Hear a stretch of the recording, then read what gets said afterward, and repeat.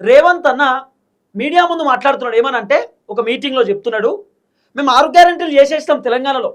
చాలామంది కేరళలో ఉన్నటువంటి జనం నన్ను తప్పుపడుతుర్రు, 6 గ్యారెంటీల పైన అనుమానపడుతుర్రు. 6 గ్యారెంటీలు తెలంగాణలో చేయలేదు రేవంత్ రెడ్డి. రేవంత్ రెడ్డి తెలంగాణలోనే ఏం చేయలేదు, కేరళకు వచ్చి ప్రచారం చేస్తున్నాడని చెప్పి చాలామంది నా గురించి మాట్లాడుకుంటున్నారు, నన్ను ట్రోల్ చేస్తుర్రు. ఏం జరిగింది ఏందనేది నేను ఛాలెంజ్ చేస్తున్నా. మీరు నాతో పాటు తెలంగాణకు రండి, లేకపోతే నేనే మిమ్మల్ని తెలంగాణ తీసుకుపోతా రండి. పినరాయిని కూడా పిలుస్తున్నాడు, కేరళ ముఖ్యమంత్రి ఉన్నాడు కదా, ఆయనను కూడా పిలుస్తున్నాడు. మీరు నాతో పాటు రండి, విమానం పెడదాం, తెలంగాణకు పోదాం, తెలంగాణలో ఏం చేసినాం ఏం కథ అనేది మొత్తం చెప్తాం. రేవంత్ అన్న చెప్తాం. ఎందుకంటే కేరళలో ఉన్నటువంటి జనం రేవంత్ అన్న నమ్ముతలేరు, రేవంత్ అన్న మాటలను నమ్ముతలేరు. రేవంత్ అన్న 6 గ్యారెంటీలు చేసేసినాం, అద్భుతాలు చేసేసినాం అని చెప్పి రేవంత్ అన్న చెప్తున్నాడు.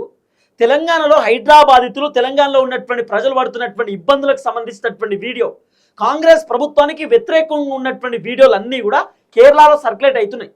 ఇప్పుడు తెలంగాణలో హైదరాబాద్ ఫర్ ఎగ్జాంపుల్ నేనున్నా. ఇప్పుడు కాంగ్రెస్ ప్రభుత్వం అధికారంలోకి వచ్చిన దగ్గర నుండి ఇప్పటిదాకా 3,47,000 కోట్ల రూపాయలు అప్పు చేసిర్రు, కానీ తెలంగాణ ప్రజలకు ఏం చేయలేదని చెప్పి నేను మాట్లాడినా కదా. నేను మాట్లాడినటువంటి ఈ వీడియోని మలయాళంలో, తమిళ్లో నా వాయిస్ చేంజ్ చేసి కేరళలో తిప్పుతున్నట, నా వీడియోలన్నీ సర్క్యులేట్ చేస్తున్నట. అంటే ఇట్లా తెలంగాణలో ఉన్నటువంటి సమస్యల వీడియోలను, తెలంగాణలో ఉన్నటువంటి ఇబ్బందుల వీడియోలను, తెలంగాణ ప్రజల వీడియోలను వాయిస్ చేంజ్ చేసి కాంగ్రెస్కు వ్యతిరేకంగా ఉన్నటువంటి వీడియోలను కేరళలో తిప్పుతున్నారు. ఇగో రేవంత్ రెడ్డి పరిపాలన, కాంగ్రెస్ తెలంగాణలో అధికారంలో ఉంటే ఇగో జనాలు రోడ్డు మీదకి వచ్చి ప్రభుత్వాన్ని తిడుతురు, విమర్శిస్తున్నారు. జనాలు రోడ్డు మీదకి వచ్చి ఏడుస్తున్నారు.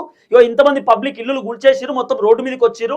కేరళలో కూడా కాంగ్రెస్ అధికారంలోకి వస్తే మీ పరిస్థితి ఇట్టే ఉంటుంది, తెలంగాణలో ఎట్లా పరిస్థితి ఉందో కేరళలో కూడా అట్టే ఉంటుంది, కాంగ్రెస్ కోటేయకని చెప్పి చాలా మంది సోషల్ మీడియాలో ప్రచారం చేస్తున్నట కేరళలో.